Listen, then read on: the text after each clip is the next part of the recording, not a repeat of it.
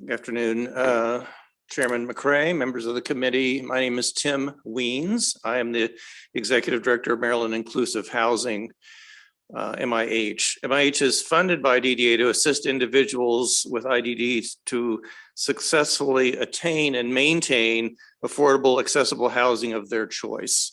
It's what Mr. Simons was talking about earlier, moving to a new model as Maryland moves from a group home model to more of a supported living model. $250,000 is included in the budget to support the work that we do, and we would ask you support that appropriation. Our written testimony includes a more full description of the work that we do. We also, as you referred to, Mr. Chairman, are very interested in the DDA rent subsidy program, and the staff that we have are working and have been working to access affordable housing in many ways from many different sources. But the addition of DDA funding and their rental assistance program is an important part of that piece, because the pie isn't getting bigger for all the people that need affordable housing, and we appreciate money coming in to help do that. We had recommended that there were 35 people that were funded in the current FY23 year, and we were recommending 100 additional people be funded in FY24. The annualized cost of that would be $1.9 million, but they're not all going to come in on July 1st, so we wouldn't necessarily need that full amount for FY24. The program is projected to grow each year. It's a new program and it needs to find its way and eventually funding approximately 500 people when it's fully implemented several years from now. The other recommendation request we have, I guess, to you is we had submitted a plan to the Westmore Transition Committee to partner with private developers to create more integrated housing throughout the state. And we would just urge you to urge them to work with us to try to implement that proposal. Thank you for your time. Hello, Chair and the committee. My name is Sharonda Huffman. I'm the Director of Housing for Maryland Inclusive Housing.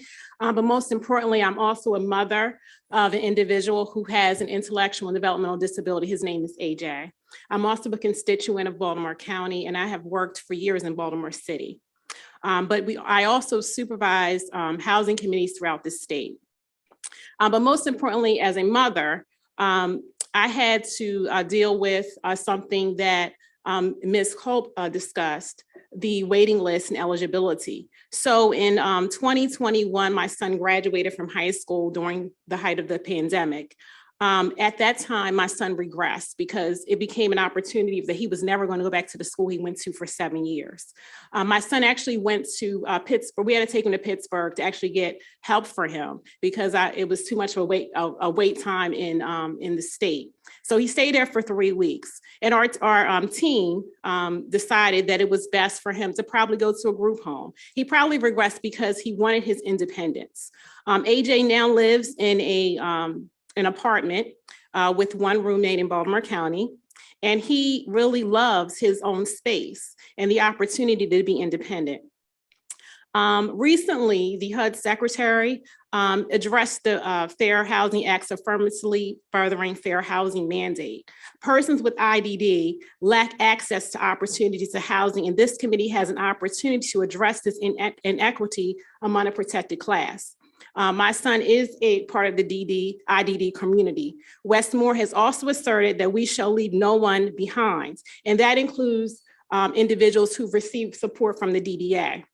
The DDA rent subsidy is a tool in the toolbox that my staff uses in order to access housing for persons with IDD.